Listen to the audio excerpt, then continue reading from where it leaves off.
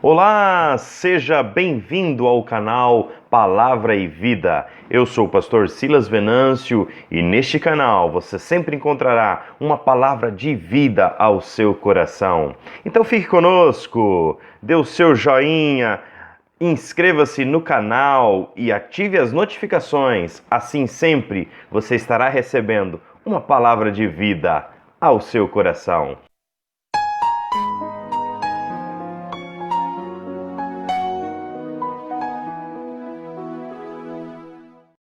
Olá, meus queridos. No Palavra e Vida de hoje, vamos fazer um vídeo um pouquinho diferente, né?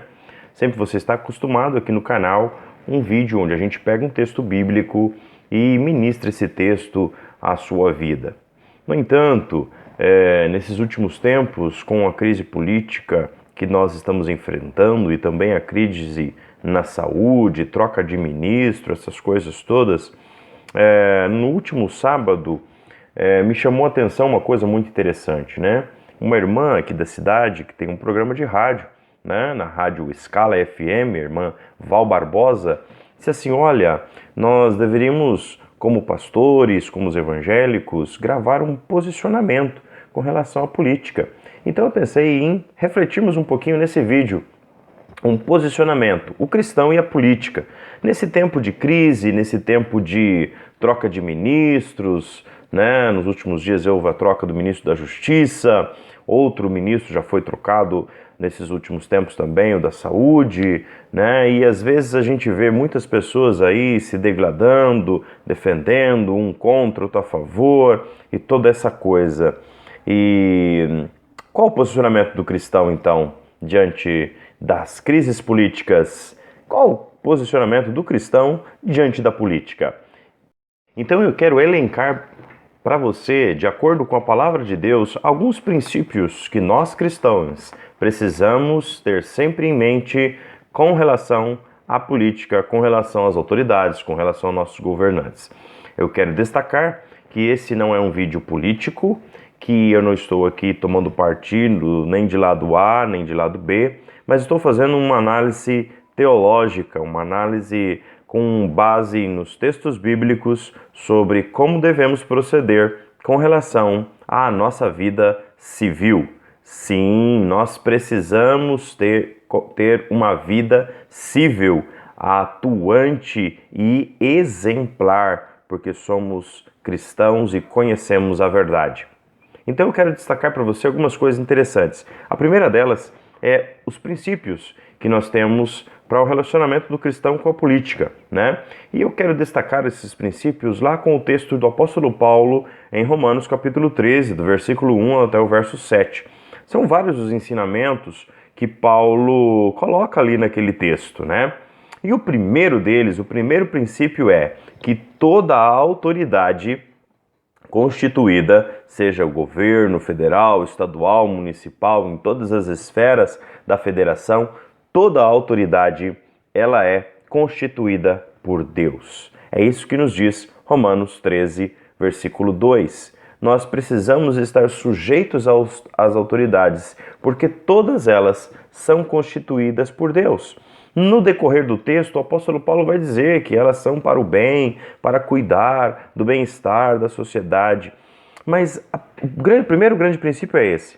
Se todas as autoridades são constituídas por Deus, então nós devemos, em primeiro lugar, respeitá-las. Nós precisamos olhar para elas como pessoas que Deus concedeu a graça de estar governando na esfera que elas estão, o nosso país, né?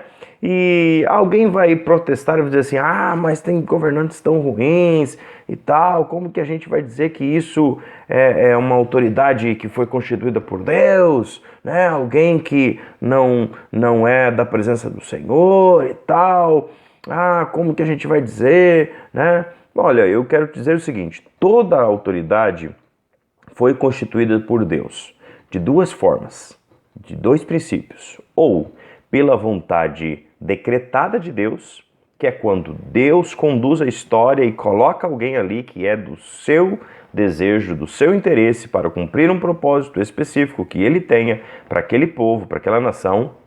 Ou Toda autoridade toda autoridade é constituída por Deus pela sua vontade permissiva. Ou seja, quando Deus permite que nós, pelo nosso livre-arbítrio, né, pelas leis democráticas que temos no país, vamos lá e escolhemos, e às vezes escolhemos bem, e às vezes escolhemos mal, não vem ao caso aqui.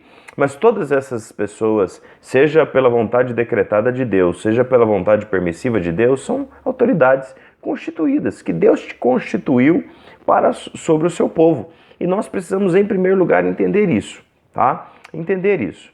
Muitas pessoas vão dizer que, mas Jesus, na época de Jesus, ele era um revolucionário, né? Tem aí uma grande linha de pensamento dizendo que Jesus foi o primeiro socialista, que ele não compactuava com o sofrimento dos mais pobres e tal. E olha, veja bem, isso é uma grande falácia.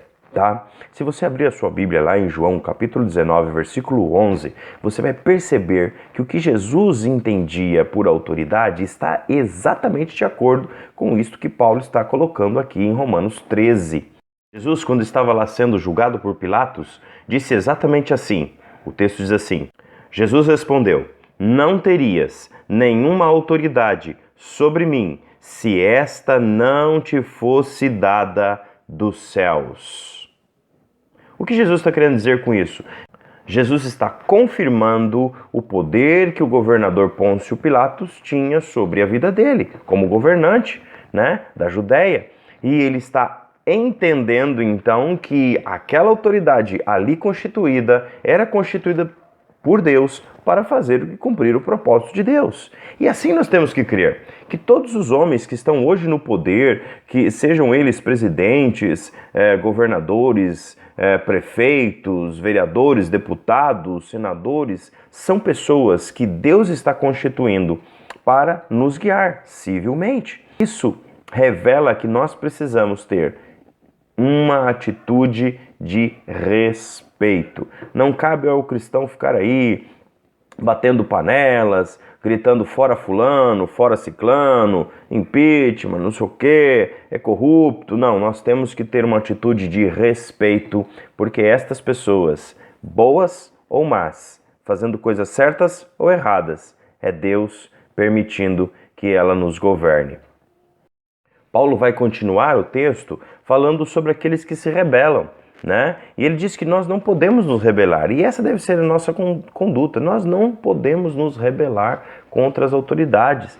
Pelo contrário, a nossa conduta precisa ser exemplar. A nossa vida cível como cristão precisa dar exemplo. Exemplo de respeito, de responsabilidade, né? Exemplo em recolher os seus impostos, exemplo de obediência às leis, né? Olha que coisa interessante, ó, respeito às autoridades, recolhimento dos impostos que são colocados, respeito às leis que regem a nossa vida civil, e isso nós encontramos também na vida de Jesus, né? Jesus obedeceu às leis, Jesus respeitou as autoridades, Jesus recolheu os impostos, né? Você vai ver por dois momentos. Em um momento ele diz: dai a César o que é de César e a Deus o que é de Deus. Ele estava falando do imposto que o povo, os judeus, né, tinham que pagar ao Império Romano. E em outro momento ele faz um milagre lá de o Pedro pescar um peixe e ter dentro do peixe lá um dinheiro para que fosse pago o imposto referente a Pedro e a Jesus. Então Jesus é um exemplo também para nós nesse sentido, né? De respeito, de obediência às leis e de recolhimento dos impostos. A gente vê muito cristão aí falando de corrupção e reclamando dos corruptos e tal. E eu te pergunto, olha, você tem obedecido às leis? Você tem recolhido os seus impostos? Olha lá, imposto de renda. Você não coloca lá recibo falso, não, para receber restituição? Toma cuidado, porque este é sim um procedimento que o cristão deveria evitar para que o seu viver seja exemplar diante das leis. Algum tempo atrás, num momento de decreto de prisão de um ex-presidente, nós vimos num palanque um pastor, né, referindo-se à desobediência civil. Lamentável, lamentável, porque isto não é atitude de cristão. Não é algo que a palavra de Deus aprova. Não, ela diz que nós temos que respeitar as leis, que sermos obedientes às autoridades. Ah, mas daí alguém vai dizer, mas nós temos que lutar contra os governos corruptos, porque eles temos que lutar para que não entre um governo aí, o anticristo não impere e nós sejamos todos perseguidos e tal, e essas coisas todas. E daí eu tenho o segundo princípio, querido, o princípio da palavra de Deus, diz que o seguinte, esta palavra, a palavra de Deus, ela vai se cumprir. Esta palavra vai se cumprir. E não há nada que nós façamos que não fará esta palavra se cumprir. Não há nada que eu e você ou que todos os cristãos do país faça que vai tirar algum sofrimento que a igreja venha passar nos últimos tempos. A palavra de Deus diz que passará o céu e a terra, mas as palavras dele não vão passar. Todas se cumprirão. Desde da lei mais severa até a lei pormenor, desde a maior até a menor lei, todas se cumprirão. Todas as promessas, tudo que está descrito sobre os eventos finais, sobre a escatologia, sobre os últimos tempos, sobre a grande tribulação, sobre o anticristo, sabe? Então, não adianta a gente achar que nós vamos mudar isso. Então a igreja vai começar a orar e Deus vai tirar a grande tribulação, vai mudar, né, todas as profecias. Não, a palavra de Deus não muda. Ela vai se cumprir tal e qual está registrado nos textos bíblicos. Então, se nós daqui a um tempo teremos aí a nova ordem mundial, um governo de todos e vai começar a perseguição, infelizmente, nós vamos ter que passar por isso. Eu não quero aqui entrar no debate se a igreja vai ser arrebatada antes ou depois da grande tribulação. Há várias visões sobre isso, mas a verdade é que nós sofreremos sim os princípios de dores. Nós seremos perseguidos, assim como muitos irmãos nossos, chineses, norte-coreanos e de outros países já têm sido perseguidos, né? Cruelmente. Irmãos que vivem em países de domínio muçulmano, né? Já têm sido perseguidos de maneira severa. E nós veremos isso acontecer também.